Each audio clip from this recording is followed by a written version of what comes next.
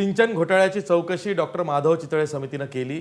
या समितीनं राज्य सरकारला आपला अहवालही दिला, पण राज्य सरकारनं आपल्याला हवा तसा कृती अहवाल विधिमंडळात सादर केला आणि चितळेंचा मूळ अहवाल सीडीत बंद केला। या अहवालामध्ये अनेक अशा बाबी आहेत ज्या महत्त्वाच्या आहेत। कृती अहवालामध्ये सुद्धा ज्या बाबी आल्या आहेत त्या तर महत्त्वाच्या आहेतच, पण या अहवालामध्ये बरंच काही महत्त्वाचं सुद्धा दडलेलं आहे। हे काय दडलेलं आहे हेच आपण जाणून घेणार आहोत खुद्द भाजपचे प्रदेशाध्यक्ष आणि होतकरू आमदार देवेंद्र फडणवीस यांच्याकडनं। भाऊ, IBN लोकमतमध्ये तुमचं स्वागत आहे। असा एक आरोप तुमच्यावर राष्ट्रवादी काँग्रेसच्या नेत्यांनी केला आहे की तुम्ही जनतेची दिशाभूल केलेली आहे। तुम्ही म्हणालात की 70,000 कोटी रुपयांचा अपव्यय किंवा खर्च हा गेल्या 10 वर्षात झाला आणि त्यातून सिंचनाची टक्केवारी खूप कमी झाली, हा आरोप तुम्ही केला आणि आज तो चितळेंनी खोडून काढला असा दावा राष्ट्रवादीच्या नेत्यांनी केलाय। राष्ट्रवादी काँग्रेसचं ठरलाय रेटून बोल पण खोटं बोल, खोटं बोल पण रेटून बोल। त्याच पद्धतीनं हे रेटणं त्यांचं चाललं आहे। मुळात 70,000 कोटीचा आकडा आला कुठून?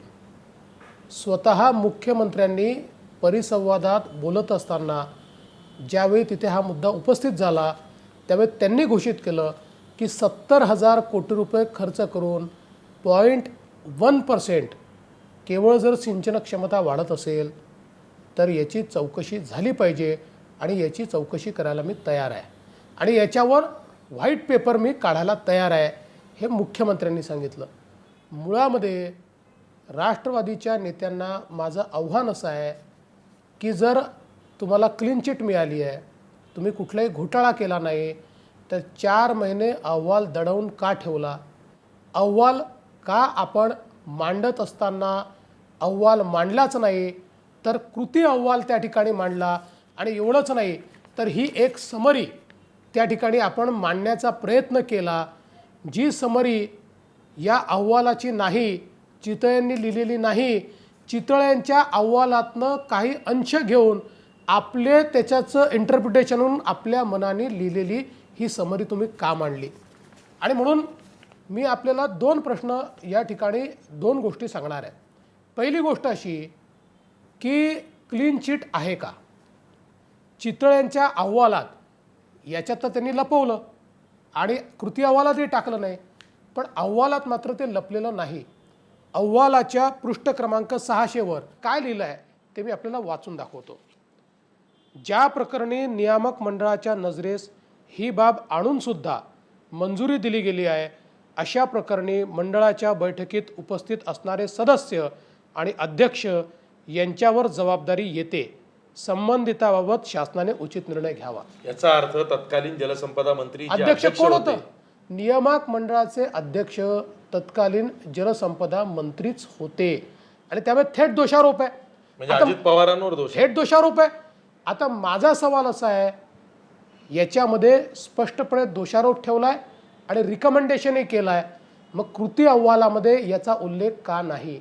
तो याकरता नाही आहे की त्यांना माहिती होतं कृती अहवालात जर हा दोषारोप ठेवला तर एक तर दोषारोप स्वीकारावा लागेल किंवा नाकारावा लागेल।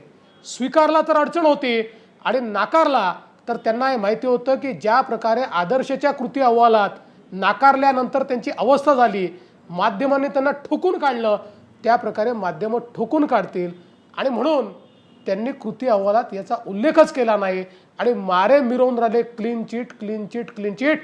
क्लीन चिट नाही, चितळेंनी 600 नंबरच्या पानावर स्पष्टपणे या ठिकाणी तत्कालीन जलसंपदा मंत्री अजित पवार यांच्यावर गव्हर्निंग काउन्सिलचे अध्यक्ष म्हणून ठपका ठेवलेला आहे। म्हणजे याचा अर्थ राज्य सरकारनं अजित पवार असतील किंवा सुनील तटकरे असतील किंवा इतर राजकारणी असतील यांना वाचवण्याचा प्रयत्न केलेला आहे। ही जी क्लीन चिट ते राजकारण्यांना मिळाली म्हणतायत चितळे समितीच्या माध्यमातून, मग चितळेंची सुद्धा दिशाभूल यांनी केलेली आहे। 100% चितळेंनी तेच सांगितलं आहे। बघा, आपण जर बघितलं तर कशा प्रकारे या घोटाळ्यामध्ये दोन्ही काँग्रेसचा सहभाग आहे ते मी आपल्याला स्पष्ट करतो।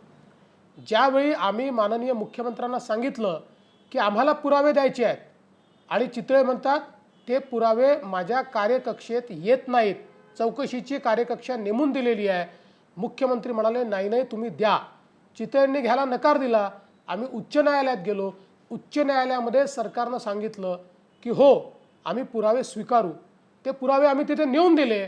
पण चितळेंनी स्पष्टपणे सांगितलं आहे हे पुरावे आले, या पुराव्यांमध्ये मला मोठ्या प्रमाणात अनियमितता आढळली, पण ते माझ्या कार्यकक्षेत येत नाही, त्यामुळे त्याची स्वतंत्रपणे अन्वेषण करावं असं त्यांनी लिहिलं आहे.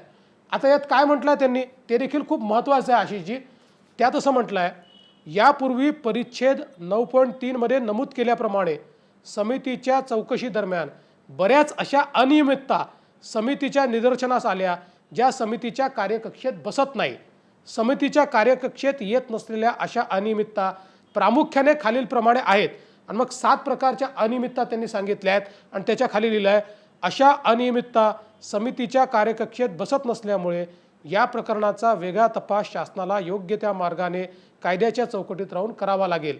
याबाबत समितीचे सर्वसाधारण अभिप्राय जोडपत्र म्हणून अहवालाबरोबर सादर केले आहे, ज्यात त्यांनी अन्वेषण करा असं म्हटलेलं आहे, इन्व्हेस्टिगेशन करा असं म्हटलं आहे. माझं मत आहे क्रिमिनल इन्व्हेस्टिगेशन. आता याच्यामध्ये पुन्हा कुठे राजकारणी येतात तेही आपल्याला सांगतो. निविदेतील कलम 38चा गैरवापर करून एका कामास दुसरे काम नियमित निविदा प्रक्रिया न करता जोडले जाणे.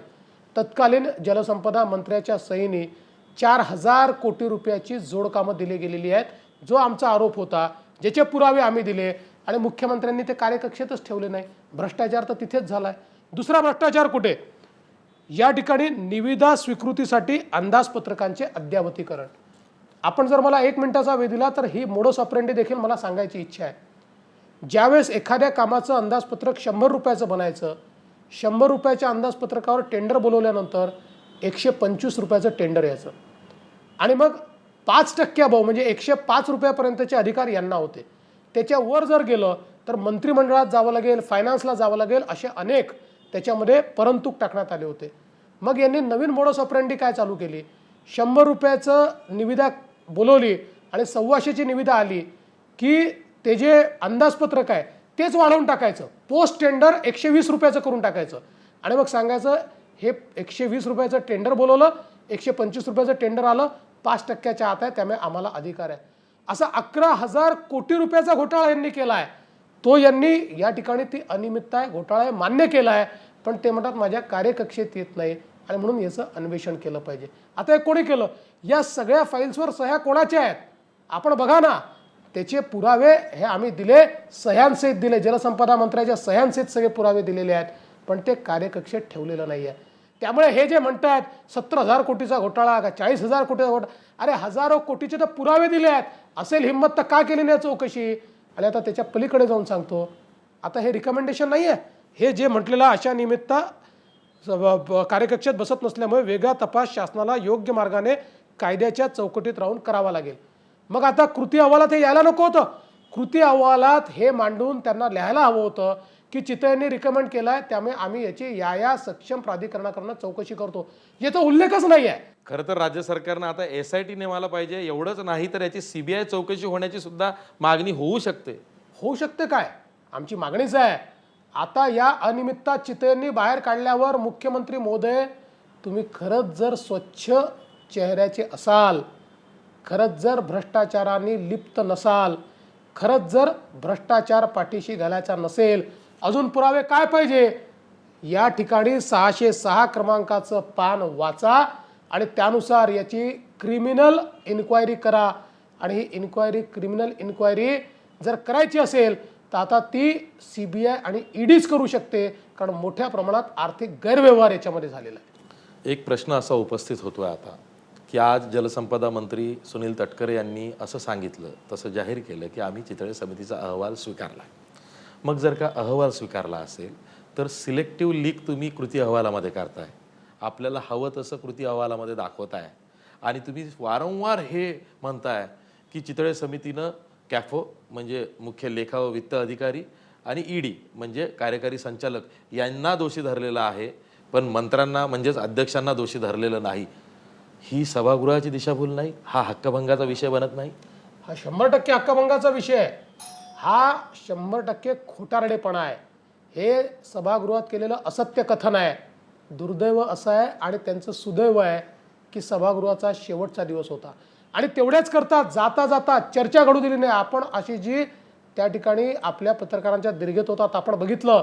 आम्ही चर्चा मागत होतो, हिंमत होती का यांची चर्चा घ्यायची? यांनी चर्चा देखील घेतली नाही त्याच्यावर. जाता जाता का मांडला? तो याकरता मांडला की खोटारडेपणा करायचा होता आणि मग खोटारडेपणा उघडकीस आला असता तो लगेच आणला आम्ही. एवढा 1300 पानी अहवाल तुम्ही दिला, 5व्या मिनिटाला तुमचा खोटारडेपणा आम्ही उघडकीस आणला. पण तो आला असता तर हक्कभंग झाला असता आणि त्याच्यामुळे जाता जाता हा अहवाल मांडण्याचं काम त्यांनी केलं. पण या निमित्तानं एक बाब समोर आली, त्याची चर्चा होते की सरकारनं आज विधानसभेमध्ये वेळ काढूपणा केला.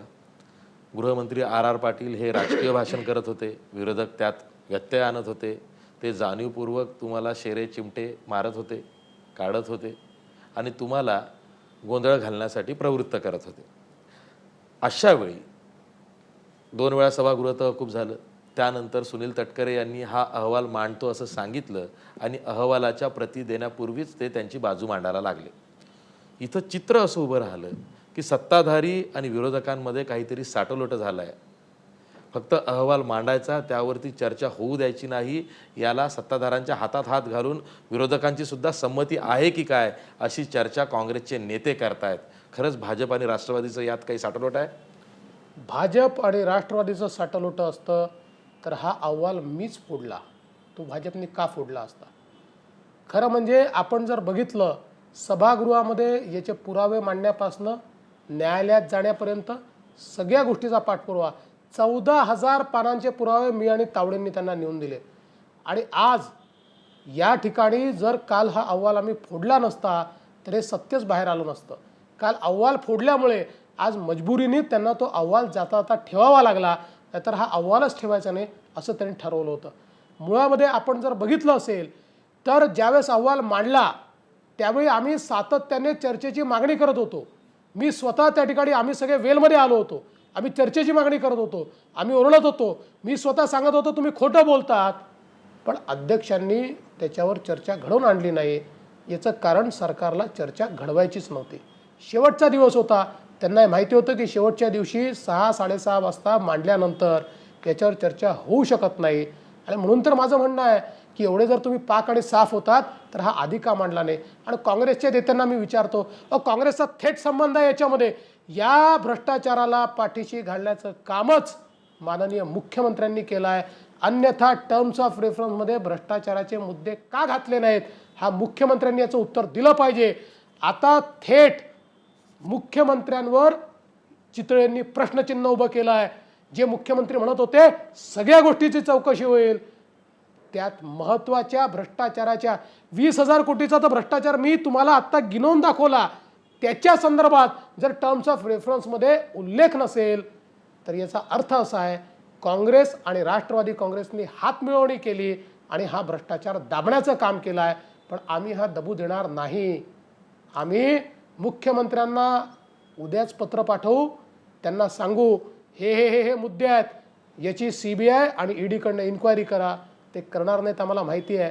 ते घाबरतात, ते दबतात, राष्ट्रवादीशी हातमिळवणी करतात, भ्रष्टाचाराला पाठीशी घालतात. अरे भ्रष्टाचाराला पाठीशी घालणाराही तेवढाच दोषी आहे जेवढा भ्रष्टाचार करणारा दोषी आहे. त्यामुळे आम्ही ॲप्रोप्रिएट कोर्टामध्ये देखील याची दाद मागणार आहोत.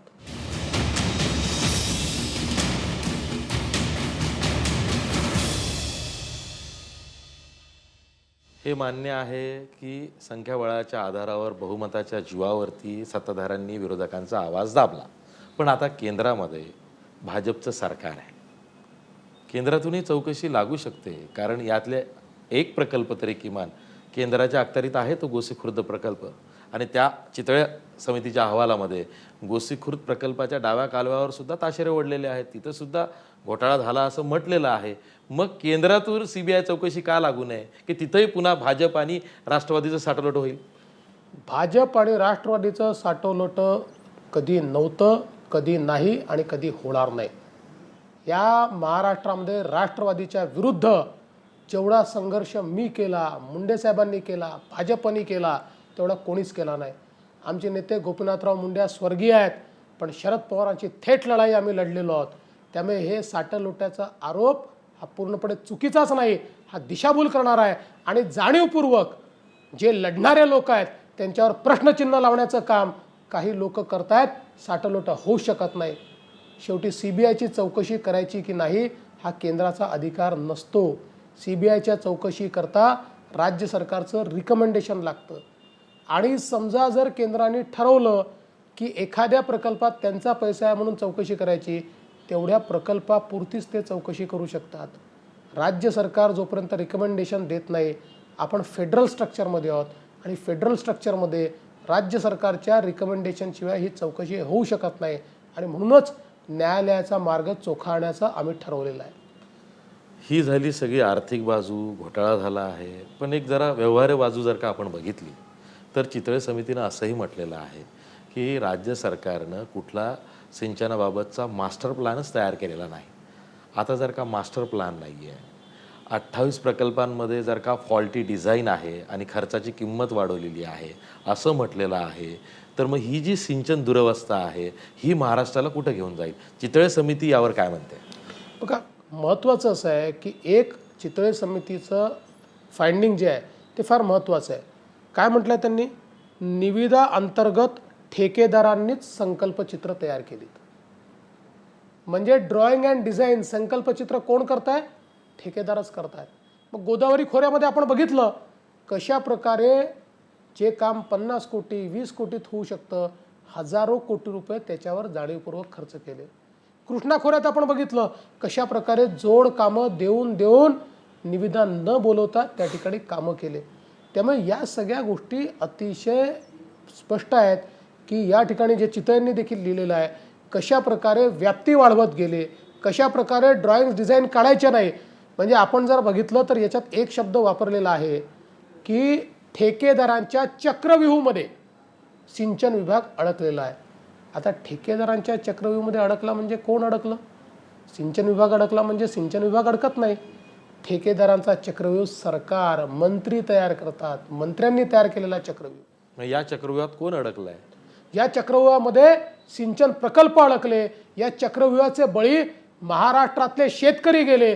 ज्या विदर्भामध्ये शेतकऱ्यांनी आत्महत्या केली त्या आत्महत्येकरता जर कोणी जबाबदार असेल तर हे सरकार जबाबदार आहे की ज्या सरकारनं हजारो कोटी रुपये त्या ठिकाणी खर्च केले, पण कागदावर केले. धरणात पाणी आलं नाही, कागदावर केवळ पाणी दिसलं, त्याकरता ते जबाबदार आहे.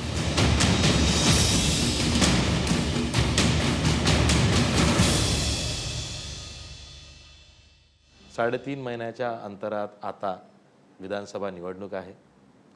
भाजपचं प्रमुख शत्रू जर का राज्यात कोणी असेल तर ते काँग्रेस राष्ट्रवादी आहे.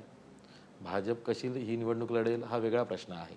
पण आता या सिंचन घोटाळ्याला घेऊन भाजप रस्त्यावर कसा जाणार आहे, जनतेपर्यंत कसा पोहोचणार आहे? भाजपची रणनीती आम्ही 2 दिवसात ठरवणार आहोत. आजच आमचं बोलणं झालं. हा घोटाळा जनतेतही न्यायचा, जनतेच्या न्यायालयात आणि खऱ्या न्यायालयात अशा दोन्ही न्यायालयामध्ये हा खटला आता आम्ही लढणार आहोत. जनतेसमोर यांचा चेहरा उघड करणार आहोत. या ठिकाणी हा जो चितळेंनी अहवाल दिलेला आहे या अहवालातल्या प्रमुख बाबींवर आम्ही जनतेपर्यंत त्यांना समजेल अशा भाषेत पोहोचवण्याचा प्रयत्न करणार आहोत. आपल्या लक्षात असेल यांनी व्हाईट पेपर काढला, आम्ही ब्लॅक पेपर काढला आणि यांचा व्हाईट पेपर किती बोगस आहे हे आम्ही दाखवून दिलं. आता चितळे समितीच्या अहवालातले जे निष्कर्ष आहेत त्यातनं हे किती करप्ट आहेत, कसे भ्रष्टाचारी आहेत, कसा पैसा खाल्ला, कसं कागदावर कामं केली, कसा सिंचनाचा सगळा पैसा यांच्या तिजोरीमध्ये गेला, कशा प्रकारे अनियमितता केल्या आणि या सगळ्या अनियमितता करून ज्या प्रकारे केंद्र सरकारमध्ये 2Gचा घोटाळा झाला आणि कपिल सिब्बल म्हणाले 0 लॉस, त्या कपिल सिब्बलांना 0 करून घरी पाठवलं. त्याचप्रमाणे हे देखील सांगतायत घोटाळा झालाच नाही, आम्हाला क्लीन चिट. यांची क्लीन चिट नाही, यांचा चेहरा काळा आहे हे आम्ही दाखवून देऊ, जनतेला दाखवून देऊ, जनतेमध्ये दाखवून देऊ. आणि मी विश्वासाने सांगतो जी अवस्था 0 लॉसची झाली केंद्रामध्ये तीच अवस्था राज्यामध्ये या भ्रष्टाचारांची होईल. या सिंचन घोटाळ्याचा जो कोणी सूत्रधार असेल त्याच्या विरोधात भाजपची लढाई कशी असेल? कारण सूत्रधार या घोटाळ्याचा कोण आहे हे सांगायला सुद्धा भाजपचे नेते कचरत आहेत. या सिंचन घोटाळ्याचा सूत्रधार कोण आहे हे स्पष्टपणे सांगितलेलं आहे आणि ते चितळेंनी स्पष्ट केलं आहे की याचे सूत्रधार जलसंपदा मंत्रीच आहेत, दुसरं कोणी नाही. आणि आम्ही तर थेट अजित पवारांवर आरोप केलाय, आम्ही सुनील तटकरेंवर आरोप केलाय. जे मंत्री कोंडाणे प्रकल्पामध्ये सुनील तटकरे आहेत हे थेट आरोप आम्ही केलेले आहेत. घाबरण्याचं कारणच नाही आहे. जे महाराष्ट्रामध्ये अशा प्रकारचा भ्रष्टाचार करतील त्यांच्यावर चढाई करण्याकरता आणि त्यांच्याशी लढाई करण्याकरता भाजप कधीच मागे पाहणार नाही. कारण आमचे हात काळे नाहीत, आम्ही कोळशाच्या दलालीत नाही. अगदी बरोबर आहे. घोडा मैदान आता जवळ आहे आणि भाजप ही लढाई कशी रस्त्यावर लढतंय, लोकांपर्यंत हा घोटाळ्याचा प्रश्न कसा घेऊन जात आहे हे सर्वांनाच बघायला मिळणार आहे. पण चितळे समितीचा अहवाल जसे इतर अहवाल आले तसंच चितळे समितीच्या अहवालाचंही झालेलं दिसलं आहे. सरकारनं हवं ते स्वीकारलं आहे. सरकारनं पुन्हा जे सांगितलं ते महत्त्वाचं आहे, पण सरकारनं जे लपवलं ते त्याहीपेक्षा महत्त्वाचं आहे हे आज स्पष्ट झालेलं आहे.